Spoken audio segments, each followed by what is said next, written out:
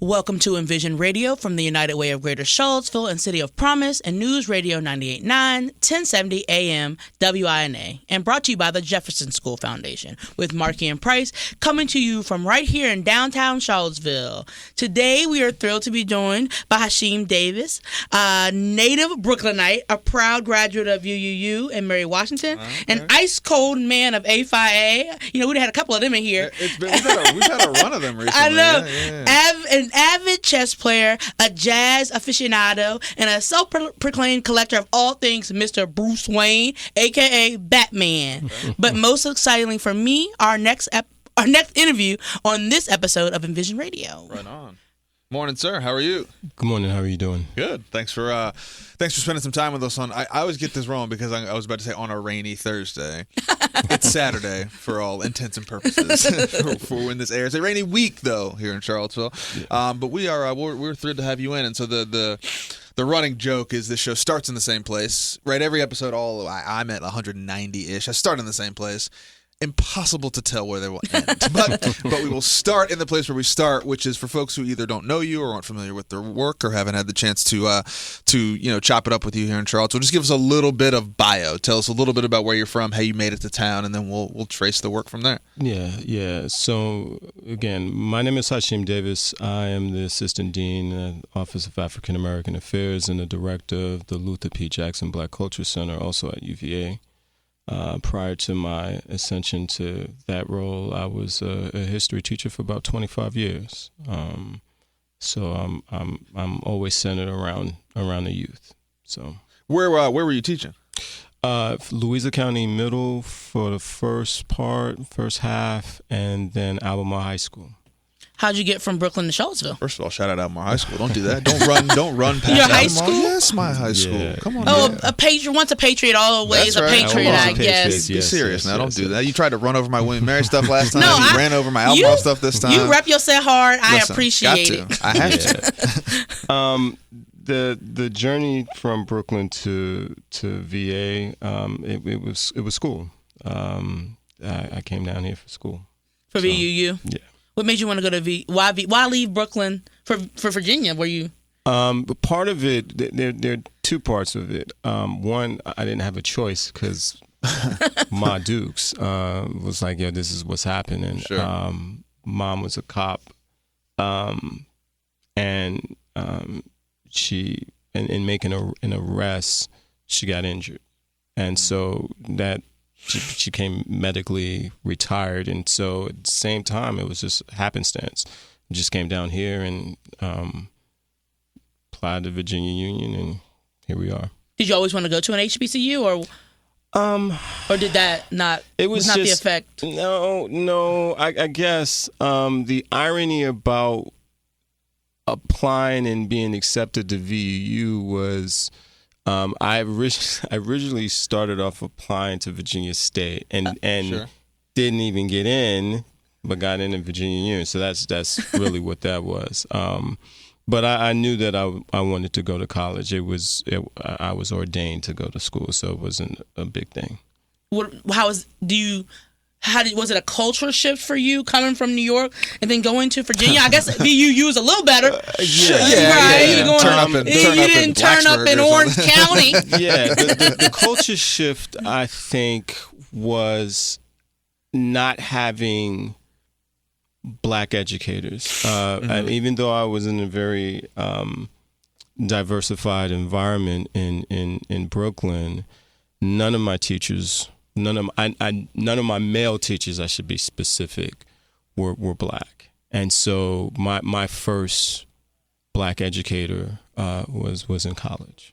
Wow, in college. I'm trying to sit here and think. I think my first black educator was I saw one, but I wasn't in her class. I saw one. When I was in high school, we had a black woman who taught economics. Like high school. Yes. Yeah. I had a music teacher in second grade at Jackson. Oh, you did it right. Okay, you got Mr. one early. Red. Mr. Red was your only one. You acting like for a good long while, certainly. Yeah. I mean, Eric Johnson, who now works at the university, was my math teacher. Okay. So Jay's dad was mine. But like, yeah, it's for many of my students, I would ask them in a core subject area, Sure. How many of you had the first? Core subject. And I was it. Yeah. So the core subject areas being math, English, science, and history. Okay. Yeah. Everyone had, I had a gym teacher. Art teacher. Yeah. It's like, well, I said core. Yeah. To be specific. So I was there first. Wow. And so then you had your first, and when you got to BU. Made sense. Oh, what was it? What was the subject? Education. Oh. Yeah. Yeah. And so what was that college experience like? Was that, so were you sort of, did you want to be an educator before you got into sort of the formal track of education, or were you kind of like, well, I don't know, I think a teacher might be cool and I'll explore it, or were you heavy in it? That's a great question. No, I actually kind of all over the map. Centered originally wanting to be all things. I wanted to be a superhero. Yeah, sure. Totally. Same. Mom Still was like, that's not a vocation. Yeah. Those degrees are hard to come by. Yeah. Try again. I wanted to be in peds, but it's too much math, and I wasn't, math and I aren't friends. So it just was happenstance that I got into education just looking at my experiences and as a parent and looking at just the natural flow of things.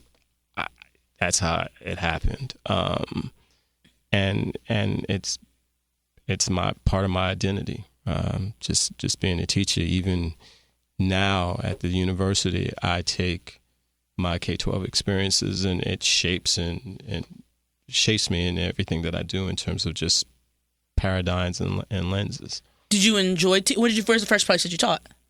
Fairfield Middle School over in East and Henrico. Okay. And yeah, I had 7th grade U.S. history. I had the absolute worst of the worst in terms of the students from the top's point of view. Yeah, right. Sure. Yeah, we're talking literally. I had an MS-13 in my class. I've had these students who basically everybody dumped on. But in that first semester, in my first 2 years, I would say that pedagogically I was trash. But I taught from a passionate point of view. So we did the darn thing. But it was hard. And don't get it confused. I mean, we're talking an average reading level of 4th grade. It was 7th grade. And this is 7th grade. So you look surprised by that. No, I'm not surprised. I knew when he said that I was going to look to you because you got the statistics on the reading levels. It's like flying a plane. Don't be nervous till the pilot's nervous. Like that was, Yeah, no, the reading levels were, and in some extent are, atrocious. But I didn't look at it as a job. And it was sort of one of those moments, like you blink and you realize, oh, I've been in the game for a long time. So, then my first year was at Fairfield Middle. Do you have? I think it's such an interesting story. Both my parents were teachers. My wife's a teacher. I think it's so interesting, sort of the teaching of teachers and how much of it. I mean, how much of it do you think that? And it's obviously evolved a lot, and you've seen it from all sides. But when you think about those students, right? Could you have learned what you learned on the job and how to interact and work with them, right? Because so much of that job, I would assume was 80% human and 20% pedagogical, right? Like those kids are not sitting down like, yes, let's please talk about sort of the structures of the system, right? But I that's much of what like your education was like. Let's learn the content. But then it feels like a much different experience, right? You have this rich content knowledge and you step into this world where you're like, oh, yeah. It's not to be trite, not to like this is Hallmark Channel, right? But it's all relationship. Yeah. And if the students can detect BS, they'll challenge you. Sure. And if you're not authentic in any way, they will eat you and eat you alive. Yeah. So when I say that I taught from here, like if you can't read this article and I'm trying to do a lesson on the Spanish-American War, right. like that won't mean a hill of beans about right. where we are. Yeah. That's right. But they understand what it means to be black and brown. So when again, with the Spanish American lesson, the Spanish American War lesson, we're talking about the introduction of the 10th Cavalry, which was what we know as the Buffalo Soldiers. You can understand that. You can understand what it means to be slighted because of racism. Well, let's look at how this happened. And so from there, it kind of manifested in itself. And now I could introduce an article, and maybe if in my naivete I was like, yo, you can do the page, but after a while I was like let's just like chunk it down. Yeah. Read the first paragraph. Yeah. And let's just talk it from there. Yeah. If you are just hopping in, this is Envision Radio from the United Way of Greater Charlottesville, News Radio 98.9, WINA, and City of Promise. Markey and Price here with Hashim Davis talking about all things education. We got a big education. We're in education. Finally. We're back. That's so your sector. But I think it's a really good point. I'm curious about, how did you find that was received, I think on both ends, right? By the students, but also by the leadership. Was that... Because we know how it goes, is that there's a content expectation, right, from sort of a proficiency standpoint. Oh, these kids don't know all the facts about the Spanish American War, and it seems like sort of your vibe was very much like, yeah, but right, like there is richness in this that is not that. But was there friction there? Was that generally accepted? My first year, yeah, absolutely. My first year, no, I bumped heads with content specialists, content leaders. The principal, and it worked well that I left Henrico. Right. Okay.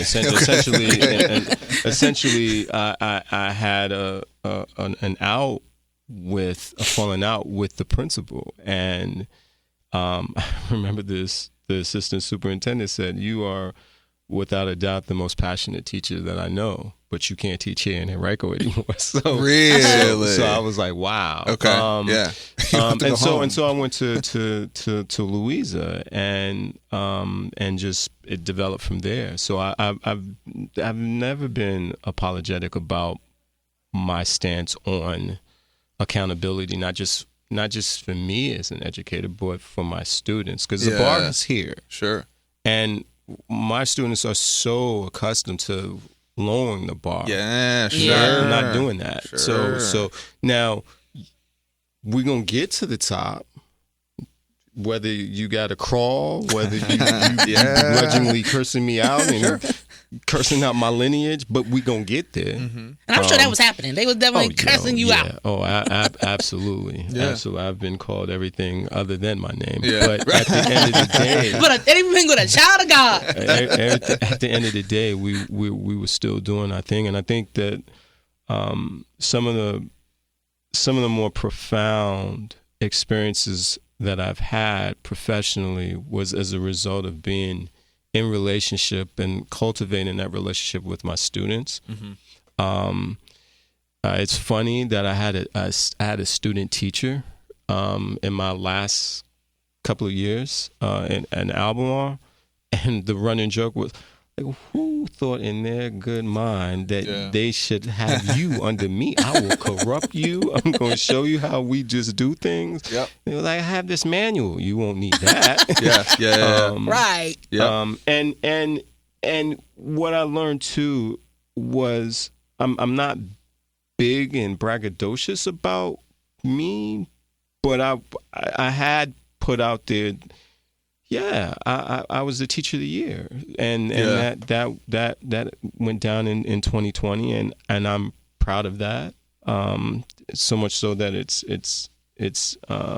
in my office, and I always point out to the first years of all in between, and when this is their first time visiting the office, the first thing that they do is you must like Batman, right? Like, okay. So once they get through that and they look at my desk, oh, you got a golden apple, and then I tell them, I was a teacher of the year, and then we take it from there. So when did you start at Mary Washington for your secondary Was that while you were teaching? No. Yes. While it was 2002, 2003, something like that. Yeah. So while I was teaching, I was also going back to school for your graduate degree. Mm-hmm. What made you want to do that? It's just a natural progression of things. I mean, I love school, and it's one of those things. The natural progression. Get bangs to go to grad school. Natural to whom, sir? yeah. It just I like it so much, and I'm lifelong student, and just kept going. How did you find your did you reverse engineer your your content niche, right? So it's like, okay, we know you want to teach, we have an interest in youth, we want to help do that. Mm-hmm. How'd you figure out where to put that, right? So we're not good at math, so that, okay, we select out sort of a section of right? But it seems like you dove into this, sort of history, political science, and then went further down in a particular path. Like how did that happen? Yeah, the specific focus, my specific focus is in Holocaust and Genocide education, and I got into that as a result. Just going back when I was a kid, I remember a couple of things. I remember when the miniseries Holocaust was a big thing, the Eichmann trials. I remember our version, we called it a 5 and dime store. Sure. Back in New York, and the owner at the time, I didn't know this, but looking back on it, he was a survivor. Wow. And so those little things just kind of like blended itself into me going into this path. And I remember, and during my undergrad, we went to the Virginia Holocaust Museum as a field trip for the first time, and now at the time it was on Cary Street. So Cary is very narrow, right? There's not a lot of traffic going on versus if you're downtown. And having been in that museum and having that experience blew your mind. Blew me away. Just my mind was blown, and I said that this is what I wanted to do. And so even in the standpoint of just teaching it, because again, the Holocaust falls within the framework of World War II. Mm-hmm. And so every time we got into the World War II unit, I spent a little extra time just doing that. And it was always the issue, like from pacing, hey, where are we all at in pacing? And Davis is still in World War II. Yeah, right. Wow. Yeah. I'm gonna give it a little love. We're gonna give it a little time with it. That's what it was. So it changed from just Holocaust to even making it into modern genocide and just looking at genocide in and of itself. And as I mentioned in my bio, I've received every fellowship under the sun and traveled all over the world just teaching and studying this subject. So that's how that came about. Where have you been around the world? Wow. I've been to Israel, studied at Yad Vashem, which is the large mecca for Holocaust education. I've been to Dachau, Mauthausen. I've been to Auschwitz-Birkenau. I've been to Terezin. So this is all in Europe and Israel for the most part. So how'd you get into so you were teaching history, Almaro.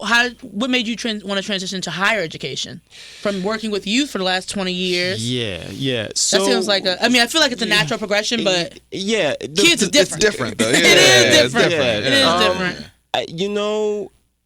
I told the students that I spent so much time telling you all to pursue your higher dreams, your higher ed, that I decided to do it. And so really it was done on a whim. I was in a pool of 40 other individuals. So for me, it was just giggles. I was surprised that it narrowed down and I became the candidate, and here I am. So I don't take anything for granted for that. I'm pretty certain that there were other individuals who their pedigree was I don't know about that. Looking at this bio, I have a hard time believing. Yeah, I always laugh. I get a kick when she sends me the bios, and it's like I can always tell by the amount I have to scroll. Where I'm like, oh my Lord, Jesus. Okay, like all right. Christ gonna read that first and last sentence. I'm that guy like on my phone, and I'm like, ooh, that's long, and I'm like, oh Lord, I gotta sit down. So I gotta open the computer to like get the full breadth of that. I mean, I think it's, how does it feel? Working at an elite institution on a subject matter that's obviously like contentious and powerful, is it analogous to kind of early in your career? Do you feel like now that you've built a reputation, you just have more freedom to like, this is how I do it, this is what we do, or do you still kind of feel like you have to move and shake, right? Because the zeitgeist changes relatively quickly. In the beginning, there was some imposter syndrome that I had to get over that. Like, oh my God, I'm at UVA. Yeah. And in this climate that we're in, what hasn't changed was the need to teach with truth. Sure. The challenge is still there that we're gonna hold the line, and if you don't like what is being taught, if you feel uncomfortable about the subject from an empathetic standpoint, just imagine that targeted group. I always have to go back to the quote, at first they came for the Jews, at first they came for the communists, at first right? Eventually you're going to be devoured as well if you don't stand up. And so that's and in the Holocaust world we call that bystanders, right? Like bystanders you as a bystander could be a victim and a bystander and a perpetrator all in one. Like these are not siloed individuals. Like it can happen all because of the particular situation. And so as educators, we are called forth. We are witness. Hey, you see something that's going down, say something, do something. And we are witnessing that right now in this moment. So yeah, I would love to say that I have the freedom, but we've seen that, and we've seen how that freedom can how it's being mitigated right now for all of those that are involved. And so we're sitting there going, okay, this is feeling uncomfortable. For me, I'm like, I already seen this thing coming. So all right. If you're just tapping in, again, this is Envision Radio from the United Way of Greater Charlottesville and City of Promise, News Radio 98.9, 1070 AM WINA. Price Markey here with Hashim Davis. And again, big thanks to our sponsor, our friend, our good buddies at Jefferson School Foundation, the proud owner of the Jefferson School City Center. That is jeffersonschoolfoundation.org. We're going to come back to the work, but I want to ask you jazz-related questions. Yeah, I would say, these hobbies are fun. Not jazz aficionado. Would you got how many times you got to listen to a little jazz before you an aficionado? What makes you an aficionado? Yeah. Well, the first and foremost is the last time that I played, I was in first grade, and it was I played the alto sax. Well, let's be clear. You put a sax in front of me right now, and it will be like, yo, bruh, stop. Yeah. We're not even it's like riding a bike, I'm sure. No, I don't think so. I do not think so. No. For those individuals who have the gift of music and can whether they can sing or, God bless you, right? They have not invented karaoke for instruments, and maybe that's why. Maybe that's why. Yeah, that's a dangerous precedent. Yeah. So where did that come from? Was that in your family? Was that something you just acquired from your travels? Was it? No. I was ever since I was little. 6, 7. My first love, the absolute musical first love, was classical music. Okay. But then I heard a Miles Davis album, and I was like, what? And just was blown away. So I'm more of the smooth jazz variant. But I mean the classics, Miles, Thelonious Monk, even shout out to my man, he just passed away. with the French one. What's his name? Price with the French horn. Who is it? Listen, my jazz touchstones are. I'm a Charlie Parker, Wynton Marsalis guy. Okay, and it was old. It was like in the 70s and 80s. I'm literally having a blank right now, but and I please don't let me. Oh, type that in. Just that sound. Family Guy used to like do it, but and I'm gonna think about it, and then I'm gonna drive in. I'm like, oh my god, yeah. But It Feels Good. That was the name of the song. Once I heard It Feels Good, Chuck Mangione. I cannot believe it. Sorry, Chuck. I'm so sorry. When I heard that, I wore the needle out. Really? On the album. For those who don't know, they was on records. They were records, right? I wore that needle out just playing. I was hooked.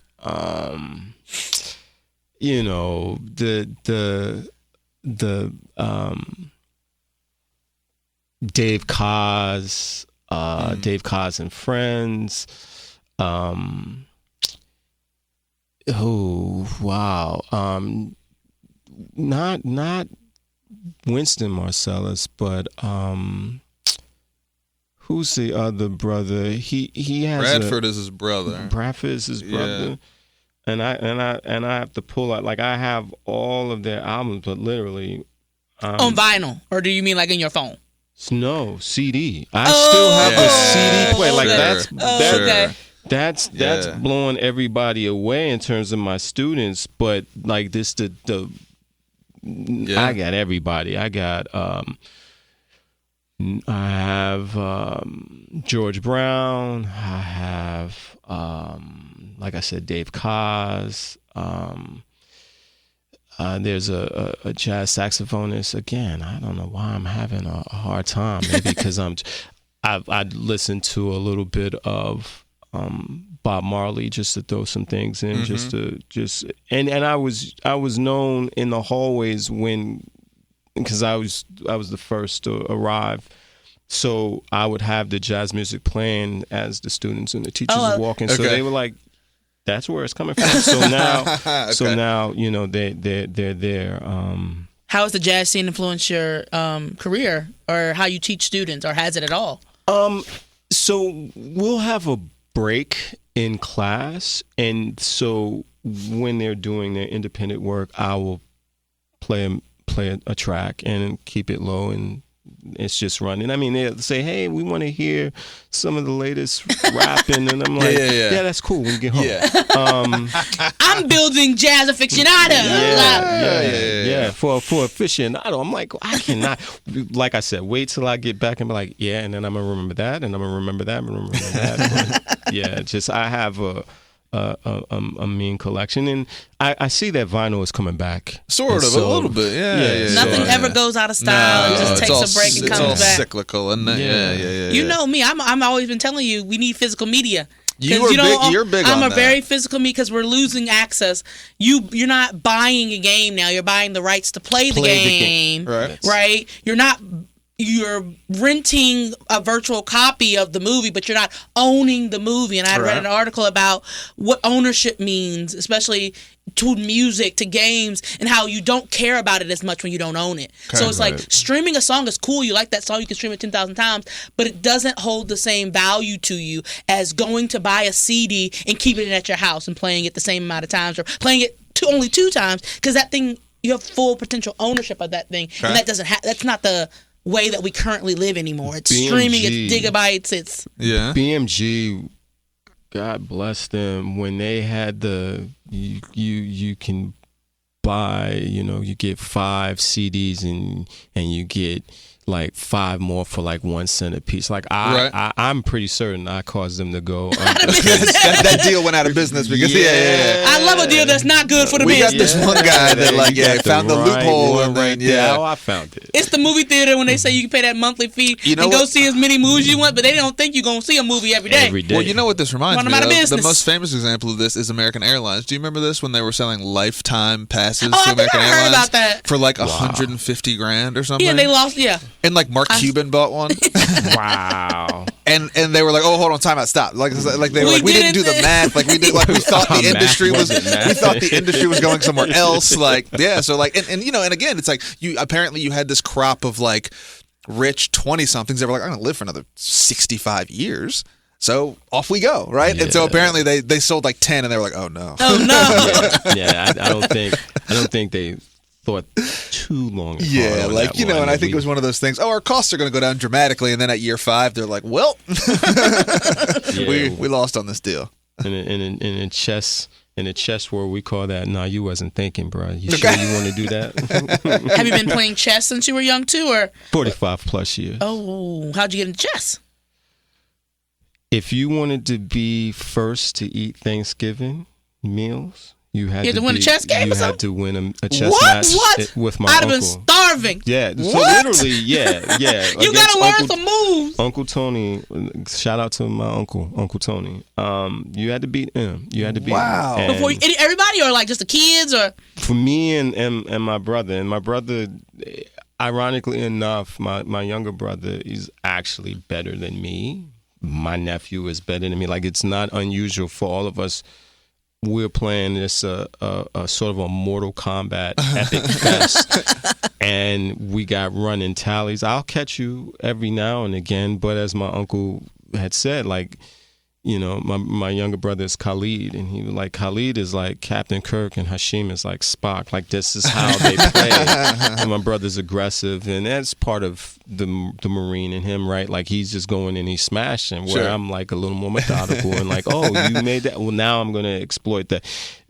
That's how, and that's how I see things in terms of working with the students and just everything's a game of chess. It's to an extent, just being able to know that when you make a decision that there's an immediate repercussion.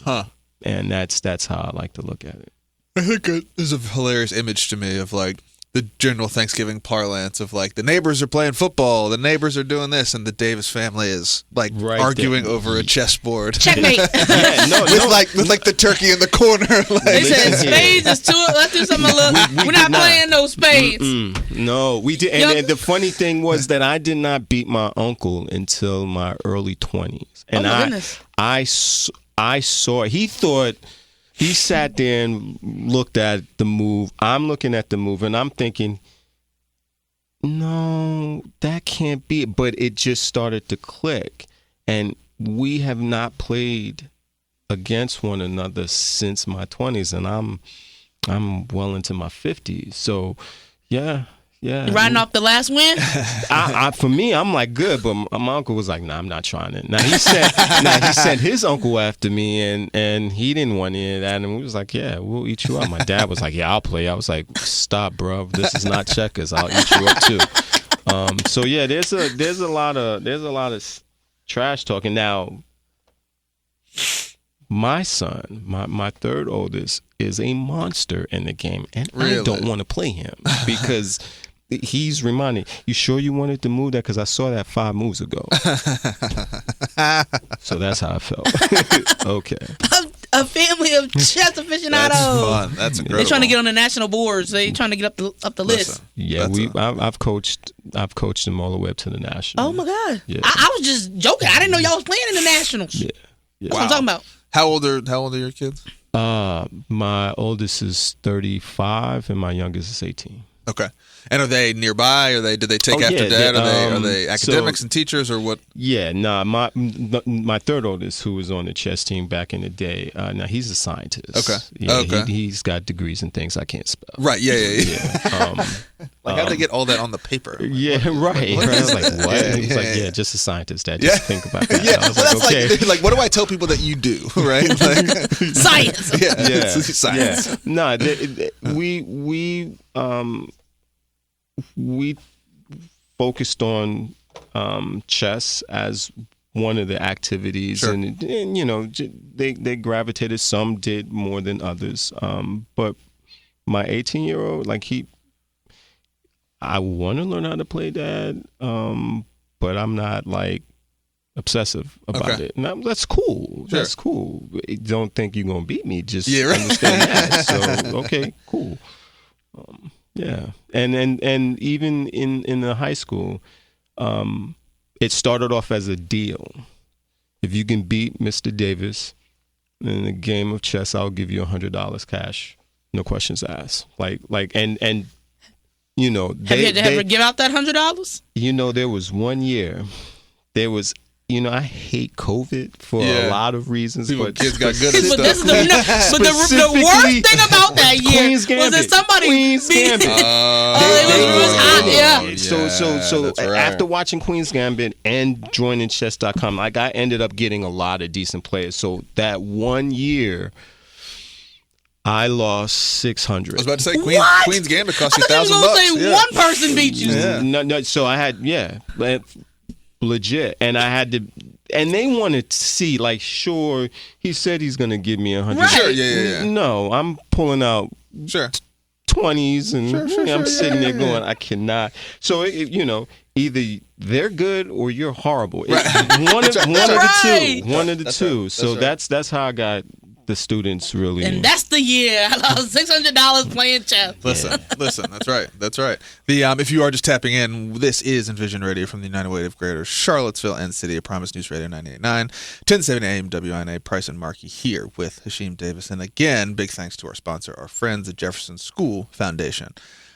Your research and sort of scholarship also spans Jim Crow.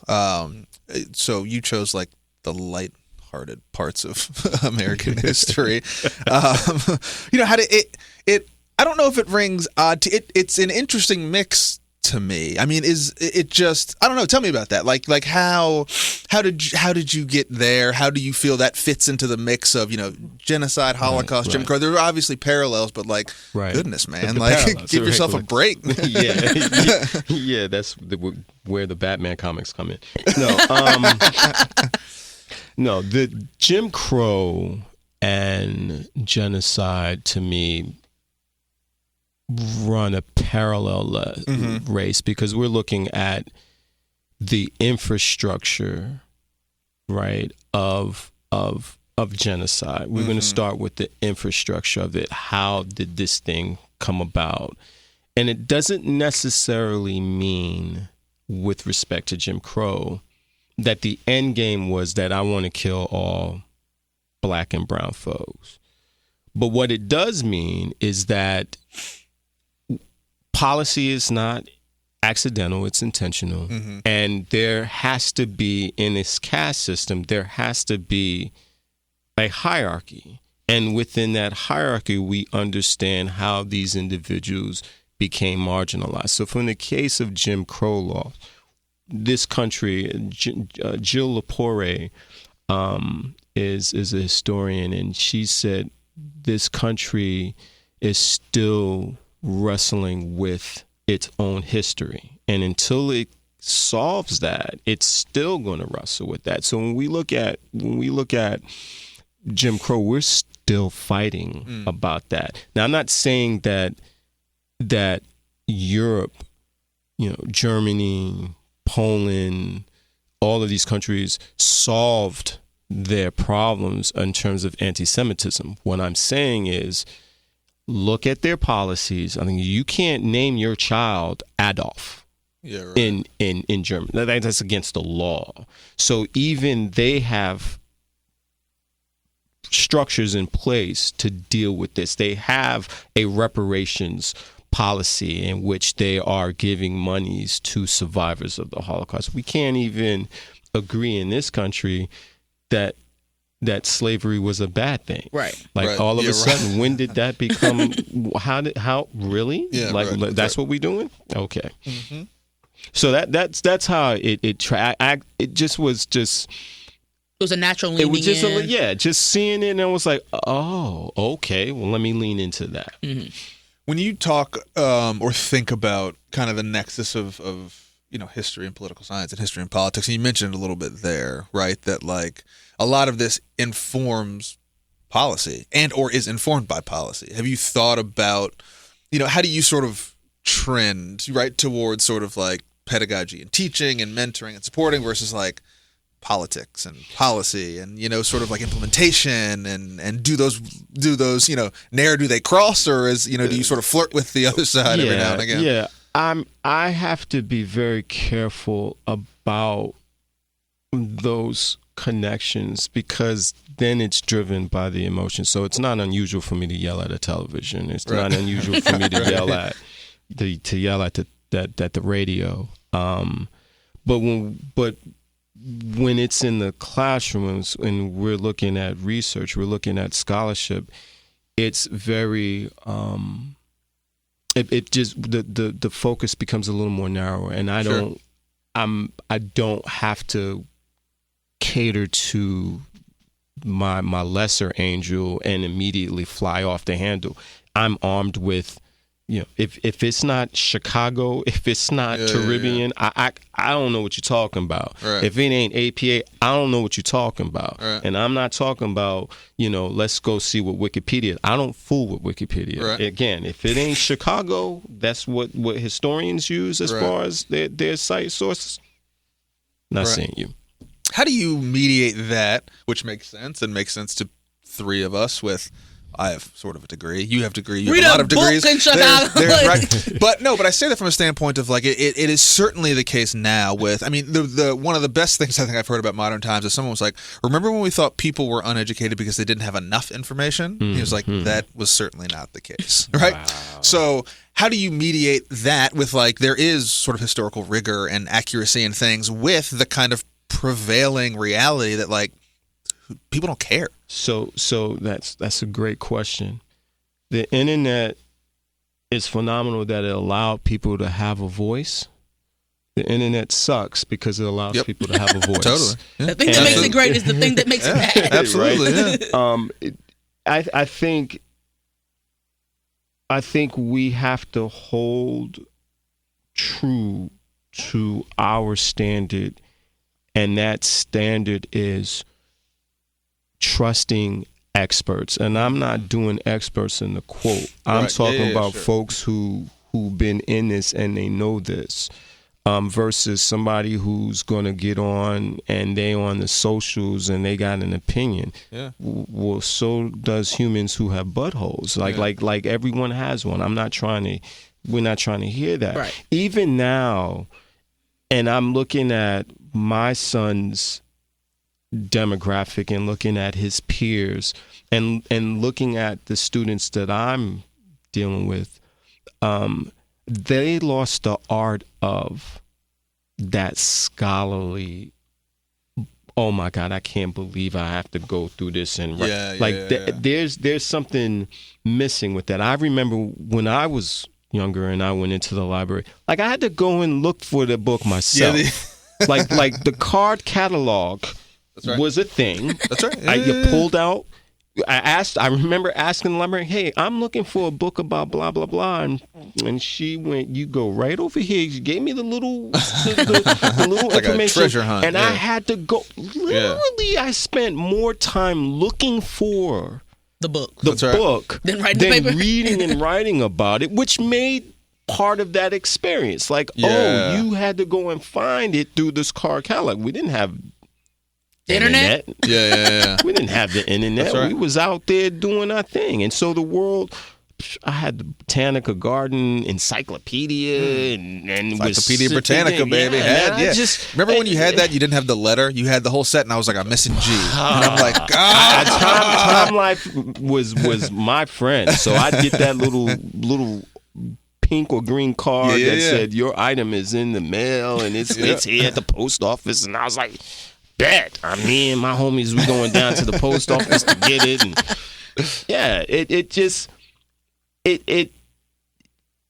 I want my students to both to know that there is beauty in that discovery learning. And my UVA students are so high strung from the standpoint, like, this is about A's or nothing. That's right? the system we live in. And you could be okay with a C. You got to learn to live okay with that, right? Like if you had a failure, so to speak, okay, why'd you fail? Right. How do you respond to that? And what are you going to do? Somewhere along the way, they lost the value in that, or didn't see the value into that. And I think that K-12 experience is causing me to see things a little different. And even when I advise my students, we're like, yo, let's see what we can do about that. Like I literally had a student who came onto my radar 1.8, 1.9. Right. Wow. I was like, oh, okay. Yeah. Literally worked with this student. The student's now 3-1. Wow. Hey. 3-1. Wow, And we're just how to find your strength, work within that strength, work within your lane, and be diligent about it. And so that's what I hope with my K-12 brothers and sisters. Hey, hold the line, keep reinforcing, because if these students say they want to go to William and Mary or whatever, with grades like that, nah. Yeah, right. Nah. Well, it sounds like you do a little bit of mentorship, this 1.8 to this 3.1. Talk a little bit about your mentorship and what that means to you and how you incorporate that into the work. Yeah. So one of the things that one of my responsibilities is that I advise through the office. I advise Black Male Initiative, which is BMI, Black College Women, which is BCW, and Black Presidents Council, which is BBC. Now, these were office initiatives before we made the change to have them go in as an independent status. Yeah. To protect them from all of the nonsense and noise. That was my function as their advisor. I was also an advisor to the undergrad chapter of Alpha Phi Alpha, and so that love me some work. IB. Yeah, Iota Beta all the way. The mentorship has really the sort of the K-12 angle. Like I'm just let's establish relationships. Let's establish what it is that you want to do, and let's just build from that. It's not about I know more than you. No, it's not that. It's we're both in this position. We're both in this environment. How can I be of service to you? Let me know what is it that you need and how we can match that, right? And so that we can both be successful. At the end of the day, that's how I'm looking at it. Yeah. It's just that's the mentorship. If you are just tapping in one more time, we got all our ad breaks today. It's a huge day for us, by the way. This is Envision Radio from the United Way of Greater Charlottesville and City of Promise, News Radio 98.9, 1070 AM WINA. Here talking all things, history, culture, political science with Hashim Davis. And big thanks again to our sponsor, Jefferson School Foundation. Okay, so we got to talk the whole Batman thing. All right. So in the pantheon of superheroes, tell me why. What is it about Batman? So once upon a time ago, during the Cold War, that's not where I thought that story was going to start. Okay. Right.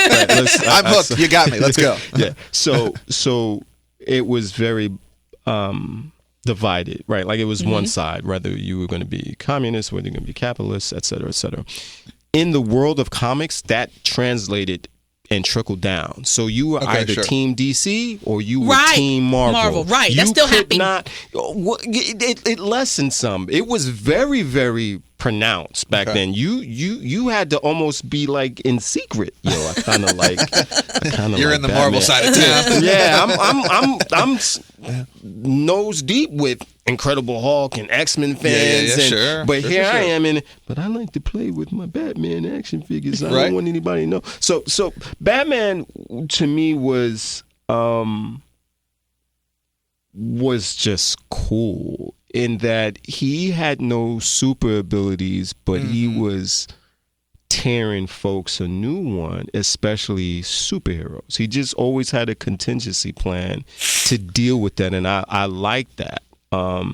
And my office, I have a picture, and I was sharing with parents like, yo, this is, will my child be okay? Yeah. And my students, the UVA students would go, well, yeah, he's kind of mean. And I said, I literally have toys in my office. I'm not really certain. Oh, y'all, I wish y'all could see it. It's literally hundreds of thousands of Batman collectibles. Oh, my days.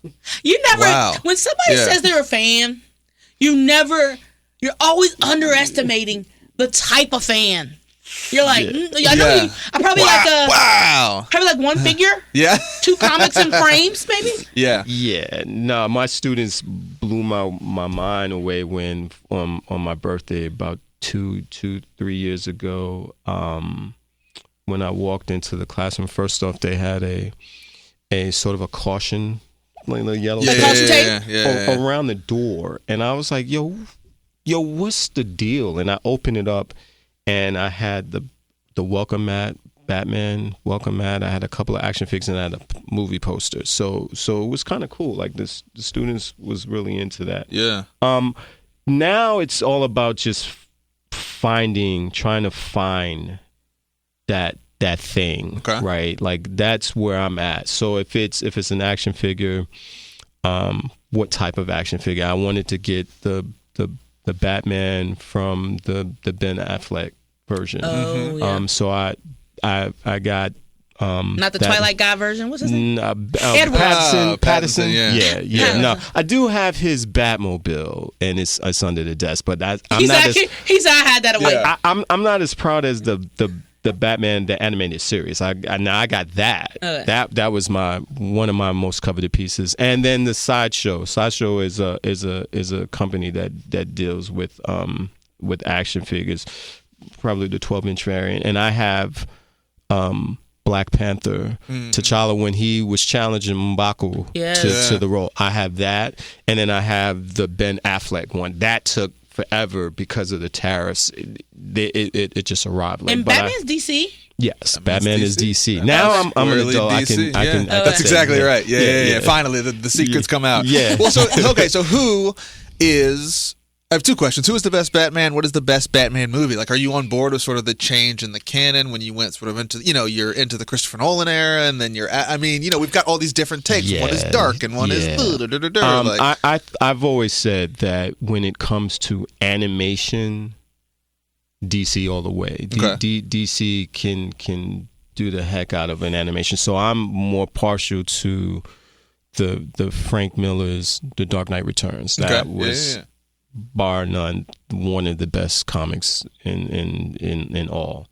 So I'll go with that one. In terms of the movie, I'm just looking at it from a pragmatic standpoint. Okay. I'm going to say Ben Affleck only because here we have a dynamic where we actually imagine you've been fighting for 20 years and nothing is happening. You're going to be a little cynical. You're going to be a little jaded. Okay. Right? And that warehouse scene, forget about the rest of the movie. That warehouse scene where he was fighting all of the new... Man, I was like, there it is. That's what I'm talking about. So if I could just have that... Okay. I would deal with that. I have a follow-up. Who's the best Batman villain? Heath Ledger. I think that's that's the only right answer. Right. Like that was I don't think anybody can say any other word. That was crazy. Well, the only argument you could make was like if you think that if you're into the kind of Michael Keaton and you like Schwarzenegger is right, but not even the Joker. If you're like I just like the Riddler. Like the Jim Carrey take on the Riddler was also it was a little cameo off the top. It was very cameo, but as far as just like performance goes, it's hard to argue. Ledger, definitely. I'm in a solo camp. I think Jared Leto's character, his version of it, that is very interesting. Was his version of it reflects comics? He reflects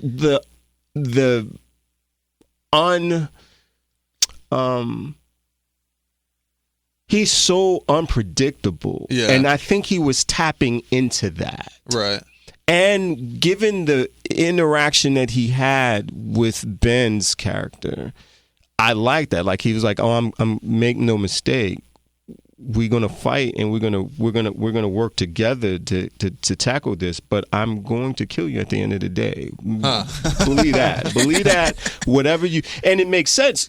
How many people you've destroyed? I mean, it's everything from killing Robin to again. It's just leading to the cynicism of it. In addition to the Batman action figures, I also collect like, figures, black action figures. So I have like from the X-Men 97, I have Bishop. Yeah. I just now saw that the cart. I saw the last. I love X-Men 97. Oh, that cartoon was so good. Episode 5 with Gambit. Yeah. I was just not giving away, but it took me a while to go on ahead and find that action figure. I don't know how New Orleans accent. Hey, Sugar. Hey, Sugar. Hey, Sugar. Yeah. I love X-Men 97. I was like that. Dope. I usually don't watch superhero cartoons. I'm a cartoon person. I'm a cartoon buff. aficionado. I would consider you a cartoon aficionado. I usually don't watch superhero cartoons. I usually watch, adult ones. You're an anime person. Yeah, right? yeah. I love a lot of anime. But I was like, X-Men 97 was like the first one. I was like, oh, I need to go. I was like, I need to go back. I need to watch all of them. Some of the best writing. I was like, this is so good. Yeah. I was like, maybe I'll get into it. That made a fan of me. So maybe I'll get into it.